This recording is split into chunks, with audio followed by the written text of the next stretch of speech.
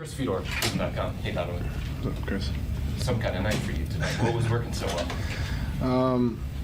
At the beginning, just trying to, find the rhythm, find the game, and, a lot of it was making plays, and honestly letting Jared Allen take over really the first quarter. And then as they started to come back into it, trying to put my imprint on the game, attacking the rim, getting to the basket. Like I said, when it started with J.A., once you have your big, setting the tone in the paint, you got to worry about him, and it allows all of us to kind of get in there and create and finish. And, once we got to the second half, just, they came back, started out strong, and just responded, finding ways to continue to just find a way to lead. And, whether it was on the defensive end or, on the offensive end, just got to my spots and, made some shots. Jay was talking about how this wasn't any other game. It was the Lakers, it was LeBron, national TV. You've had big moments throughout the course of your career. But what did it mean for you to have this kind of game on this stage against LeBron? Yeah, I said it to Jared earlier. It's crazy. Like, I grew up watching him here.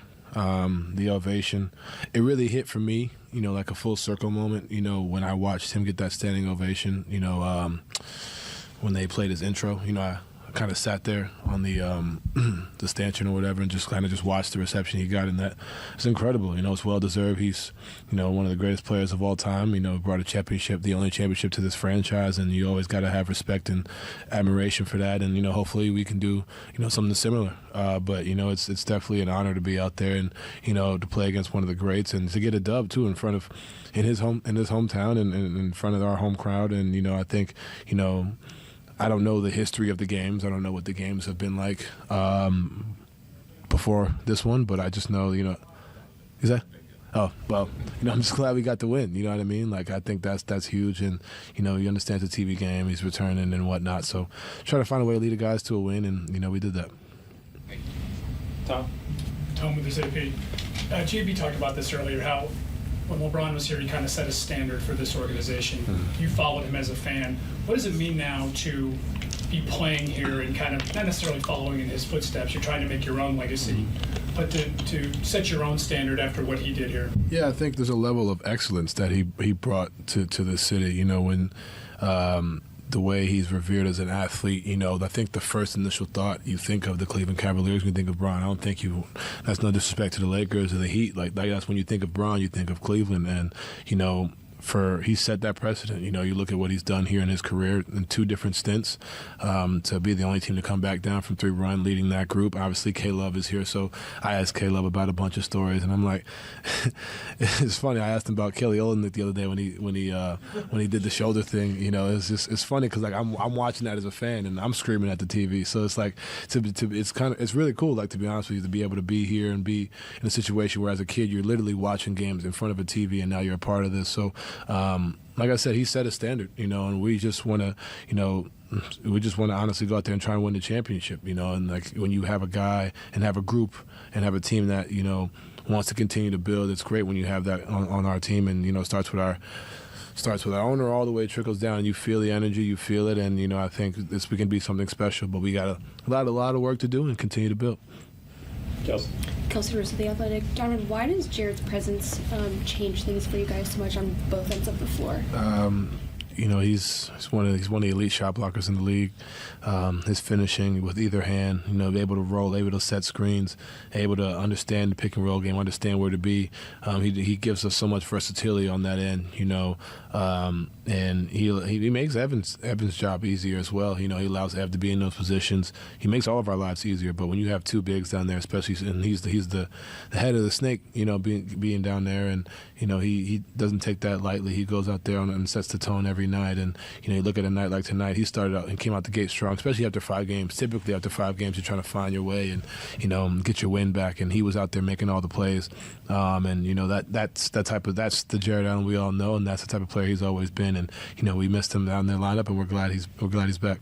How does it just open up things offensively? Because obviously, when guys are guarding you or Darius, it does leave like Jared or even Evan open down in the paint. But how does it just, I guess? Yeah, you got to pick. You got to pick if you want us to take a layup. If you want him to get a dunk, at the end of the day. And even when you hit him in the pocket, he's able to finish. That's not the case for a lot of bigs that roll the way he does.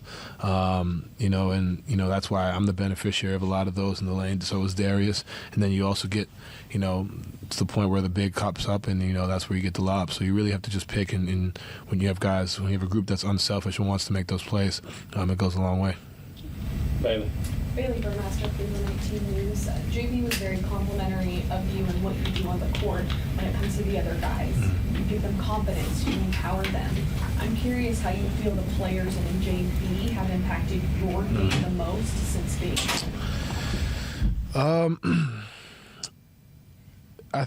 there's so many ways I can go. I think the biggest thing for them is they hype me up, in different ways. Like it's funny. Like they're at a point where it's like, nah, like keep going. Like I'm trying to calm down and be like, no, we got 3 minutes left. They're like, nah, you going crazy. Like you know what I mean? Like it's fun, and then I'm appreciative of it. And JB, when I first got here, it was just more like just be yourself, and that gives you comfort coming into a new situation and a new standard. And these guys look to me, and I appreciate that, and I'm starting earning their respect, And I think from the jump, that was the biggest thing, is understanding that they believe in me as much as I believe in them, and it allows me to go out there and play this way. And when I'm not playing to my standard, they hold me accountable. Like like I talked about Lamar Stevens doing that a few weeks ago or whatever. So it's the relationship you want. JB's holding me accountable, coaching staff, whatever it may be. And when you have that trust from your guys, it's great, and it allows you to go be free. Going off of that, JB also said you're a superstar, but you're a superstar that's willing to play the part right, especially in a team dynamic like this. Why is that so easy for you? Quite frankly, because of my time in Utah. I give a lot of credit to my teammates who, like especially Ricky, Joe, Mike Conley, JC, like there's so many guys, Royce, Rudy, like they allowed me to be into that role, but also were giving me tips on how to be a certain level of player, but also understand that it's a team game. It's not just about one person, and I've always known that. But when you get to this level, there's certain things, there's certain plays, there's certain things you say, there's certain ways you go about on a day-to-day basis that it empowers everyone around you. And at the end of the day, I can do whatever I want to do on the floor, but at the end of the day, I can't do it without the guys around me, without my coaching staff. And it really started for me my rookie year, and Ricky Rubio was huge, and having him here is great. So allowing me, to kind of be into that role at an early in my career, and now that I'm 6 years in, it's starting to be like, I'm the one like trying to teach now. So it's kind of funny how that works. But that's really where it was. My first year, after like 13 games, it was just like, all right, go be you. And there were mistakes made along the way, but understanding how to lead a team and how to be that guy. Last two, Brendan and Demaris. Brendan Gulick, Cavs Insider, Sports Illustrated Media Group. I know it's not on your mind while you're playing, the idea that you're playing against LeBron and what he means to the city. It's pretty obvious that you respect and have great perspective of his time here, the fan base's passion for him. Is there a part in like your preparation for a game like this where you're telling yourself, hey, I'm trying to elevate because I know what I'm walking into and I know how revered he is and the situation is? Yeah, you always, like, it doesn't matter who it is, you always want to spoil the homecoming. Like, I think that's just a competitor in you. You always want to do that. But, I said it to the guys in the huddle, like, there's going to be a lot. There's going to be a lot going on. There's going to be cheers at the free throw for him. There's going to be boos for him. There's going to be cheers for us. There's going to be so much emotion. And at the end of the day, we just got to play 48 minutes of our basketball. At the end of the day, you can't get caught up in all that. And I think that's what we did tonight as a group. But this it's not an easy thing to do for everybody. Everybody's personally different. I think for myself, just finding ways to take it day by day, game, or moment by moment in the game, not making the moment too big, and but also in embracing what's around. I'm not the type to be like, all right, like just ignore the fact that he's back. Like it's I was watching him as a kid, like it was pretty dope. I sat there on the stanchion and watched the crowd give him a standing ovation. Like that was cool. It was great to see. But in the same token, you allow yourself to be a part of the moment, but understand that you can't let that deter you, take you away from, getting a stop, boxing out, getting a rebound, being able to play in different situations. And that was just my message tonight, but you can't run away from it. You got to be able to embrace it, understand it's going to be there. You're going to feel that emotion, and you got to play through it. Told us a couple weeks ago that the MVP chancellor at the free throw line kind of gave you the yips there for a minute. You getting more used to that? Yeah, I made sure I made the free throw tonight. Finish it off first. Rosamond East Chronicle Telegram. Donovan, you sort of touched on it a little bit, but I'm wondering, with Jarrett back and changing the dynamic, just your assessment of how cohesive this team is playing, like as a unit right now, and playing together as a group, even through with Jarrett or without, or just even through some of these different lineups. Yeah, you know, that's always the sign of a team you want to be. You know, you look at the different teams around the league who have been to the finals or been far in the playoffs, you know, the Milwaukees, the Golden States, the Bostons. You can keep going down the line. There's going to be guys in and out, and ultimately you have to, the Phoenix as well, like you look at them being able to have guys come in and out the lineup and can still continue to keep that level of play. That's what we're ultimately trying to get to.